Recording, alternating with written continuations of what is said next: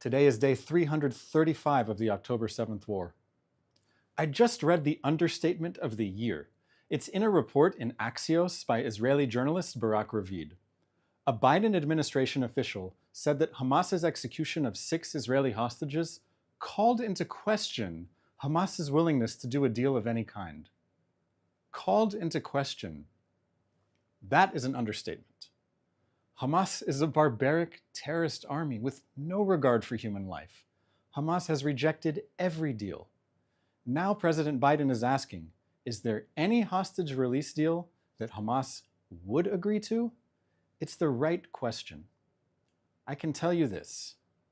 When there is pressure on Israel, Hamas increases its demands. Last week, Hamas increased the number of Palestinian terrorists that it demanded would be released. Pressuring Israel is the wrong approach. We need massive pressure on Hamas and massive pressure on Hamas's backers, Qatar, Turkey, Iran. We need massive pressure now. Please share this message before it's too late. I have to read this sentence in the Axios report out loud. A concern raised in the Situation Room meeting was that the US could press Israel to reduce Israel Defense Forces deployed along the Egypt-Gaza border or on other issues, only to discover that Hamas doesn't agree to other parts of the deal. Again, yes, the problem is not the details of a potential deal. It's the big picture. Hamas wants to live to fight another day. Hamas wants a deal that lets them keep hostages for more time, keep control of Gaza forever, and have the opportunity to rearm so they can invade Israel again, fire rocket barrages again, take more hostages again. Israel's goals are, of course, the opposite. Israel wants to destroy Hamas's military and government capabilities in Gaza. Israel wants to ensure the safe return of every hostage immediately, and Israel wants to ensure that what happened on October 7th can never happen again. We often get a lot of questions here at the Israeli Citizen Spokespersons Office about how to stay informed, what to read, where to look, and so on. One of our main goals at the Israeli Citizen Spokespersons Office is to bridge the gap between official Israeli government information and friends of Israel around the world who need to get this information and be able to interpret it and talk about it.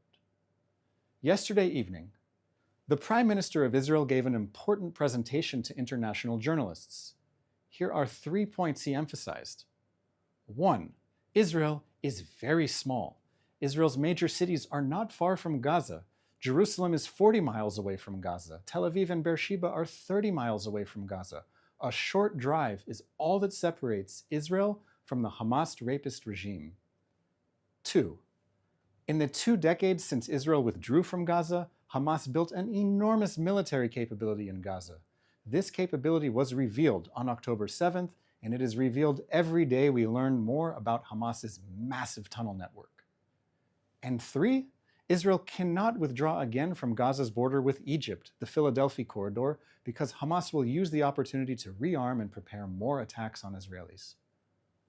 Watch the whole thing and let me know what you think in the comments. You can find it on the Israeli Prime Minister's official channels in English. I will go over it a bit more in detail for those of you who are watching live now. Again, people are always asking me what they should know and what they should say. These are some important points that the Prime Minister made himself. First, again, the size of Israel matters, the distance matters. He noted the distance between major cities in Israel, Tel Aviv, Jerusalem, and Beersheba from Gaza. We don't want anyone in Israel to be under missile attacks from Gaza or the threat of invasion. The Prime Minister also spoke about the history that nobody cares to remember. When Israel made peace with Egypt, this was in 1979, and then in the years following, Israel withdrew from the Sinai Peninsula, but it remained in control of Gaza and the Gaza-Egypt border, the Philadelphia corridor. Now, in 2005, Israel withdrew from all of Gaza, including the Philadelphia corridor. People need to know this. Israel withdrew from Gaza and the Philadelphia corridor in 2005. And in the nearly 2 decades since Israel left the Philadelphia corridor, Hamas built a massive military capability in Gaza. We saw it on October 7th. 3,000 Hamas terrorists invaded. And it's revealed every day. We're seeing pictures more and more from the Israel Defense Forces about Hamas's massive tunnel network. We've seen pictures of tunnels on the border with Egypt. We've seen pictures of the tunnel above the children's bedroom where the 6 Israeli hostages were held who were executed. This tunnel network is massive. And the Prime Minister also emphasized last night in his talk that all three of Israel's war goals, the destruction of Hamas's military and government capabilities, the safe return of the hostages, and never allowing October 7th to happen again, all three of these goals run through the Philadelphia corridor. The Prime Minister argued that leaving Gaza's border with Egypt, while hostages are still in Gaza, means hostages can be taken out of Gaza to Egypt and then smuggled out to Yemen, Iran, or anywhere else. The Prime Minister argued that leaving the border, the Gaza-Egypt border, before Hamas is defeated means Hamas will resupply and attack Israel again and again. The Prime Minister discussed the view that leaving the Philadelphia corridor again, this is the second time it would be leaving again after 2005, if Israel does this again, Israel will not be able to return for decades, not because it isn't possible militarily. The IDF can do it. It's because Israel would not have any international legitimacy to retake any territory it leaves in Gaza. The Prime Minister also hinted at another challenge that doesn't get enough attention, and that is the stance of Egypt. We've said it already, but we'll say it again. Egypt shares a border with Gaza. Everyone needs to understand this. When you're having conversations with people, pull out the map, show them Egypt shares a border with Gaza. Weapons that entered Gaza were smuggled from Egypt, whether above ground or below it. The Prime Minister said that even though the policy of Egypt was to prevent the weapon smuggling, it didn't necessarily work. That is an understatement. Go watch the whole thing. It's on the Prime Minister's official channels, YouTube, all the others. Let's take some questions from our audience watching live on social media. Our first question today comes from Robin on Instagram, who says, I'm seeing and experiencing a lot of anger and hate within the Jewish/Israeli side. Why are we fighting with each other? Yes, there is a wide range of opinions among the Israeli public about how to approach all of the issues that I spoke about, including the war goals and how to achieve them, how to achieve the destruction of Hamas's military and government capabilities, how to ensure the safe return of the hostages. And these war goals are part of the negotiations. This is what Israel is bringing to the table. These are our goals, but Israel is open to a deal that may offer some sort of compromise or workaround on some of these demands. One of these demands is, of course, the Philadelphia corridor. Israel is insisting that it stay on the corridor so that smuggling cannot continue. Okay?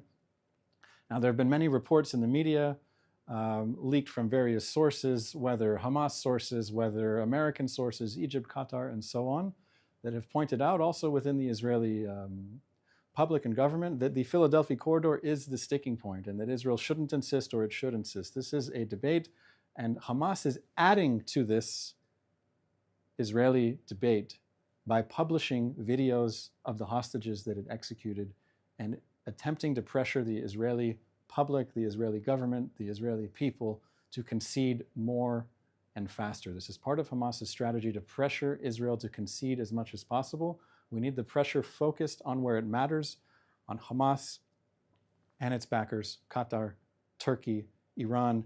Even Egypt is in a position to pressure Hamas to tell it to take the deal that Israel has agreed to multiple times in the past.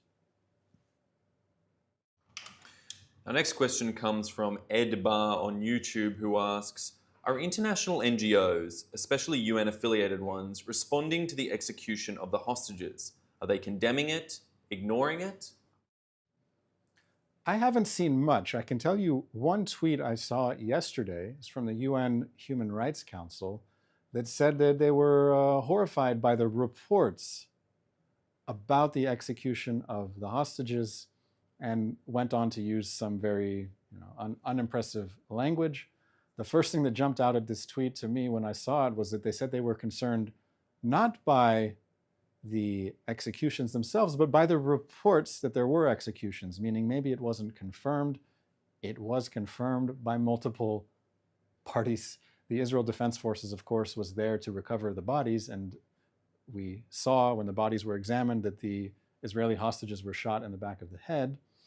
And also Hamas revealed that it did murder these hostages. So there's no dispute or debate or conversation about the way that these hostages died.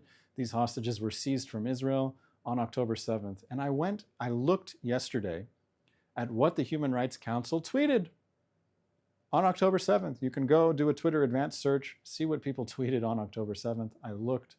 On October 7th at 1:51 p.m. in the afternoon, the UN Human Rights Council called for de-escalation. This was as thousands of Hamas terrorists were going house to house in Israel, killing people, burning families in their homes, and taking these hostages, which were executed a week ago. And what the UN Human Rights Council was able to say was to call for de-escalation. It's not serious. I'm not looking toward any of the international NGOs for moral authority. They lost this a long time ago.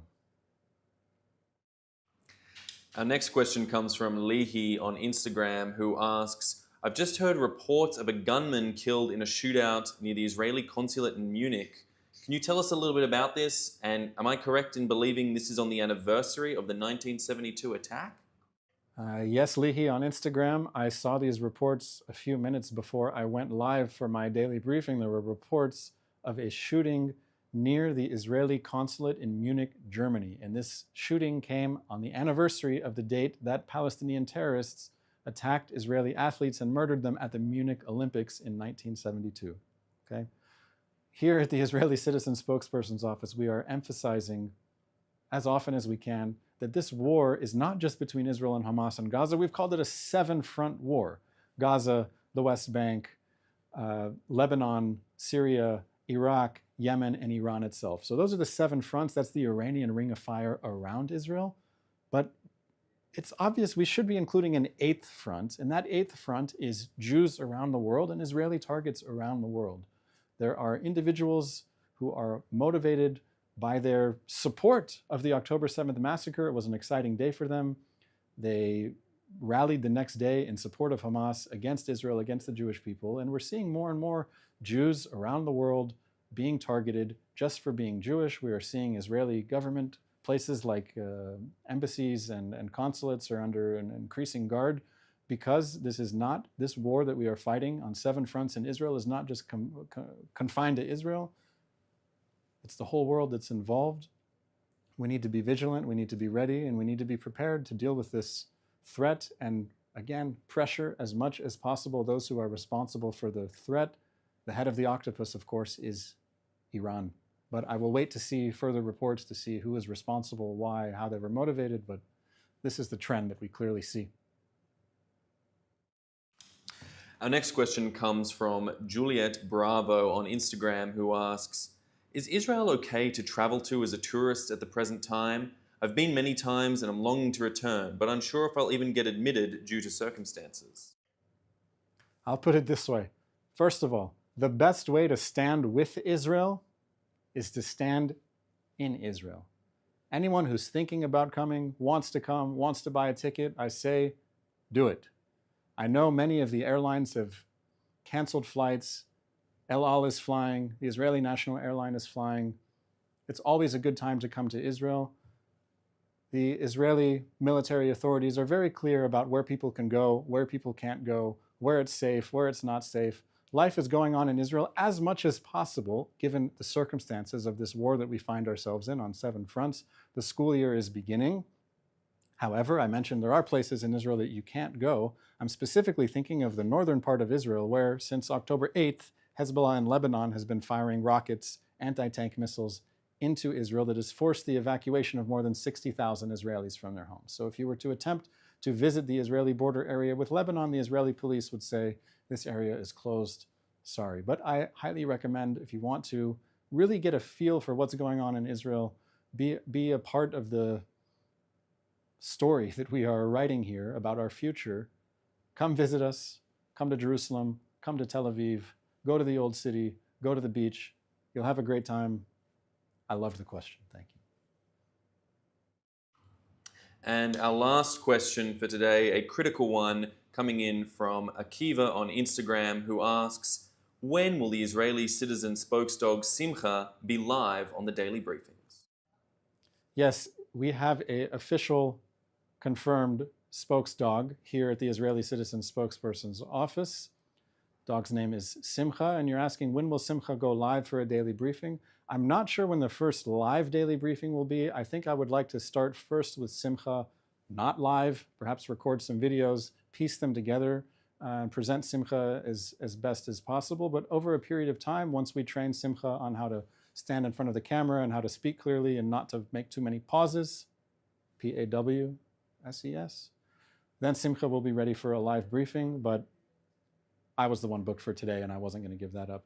Thank you all for watching. We are live every weekday in Israel, Sunday to Thursday, 3 p.m. Israel time, 8 a.m. on the East Coast. As always, follow us on all our platforms and follow me personally on my Instagram, Ruby Guides Israel, R-U-B-Y Guides Israel. Maybe you're watching live there now, or on X, Twitter. I'm Paul Rubens, P-A-U-L-R-U-B-E-N-S. Have a wonderful weekend, and we'll see you back on Sunday.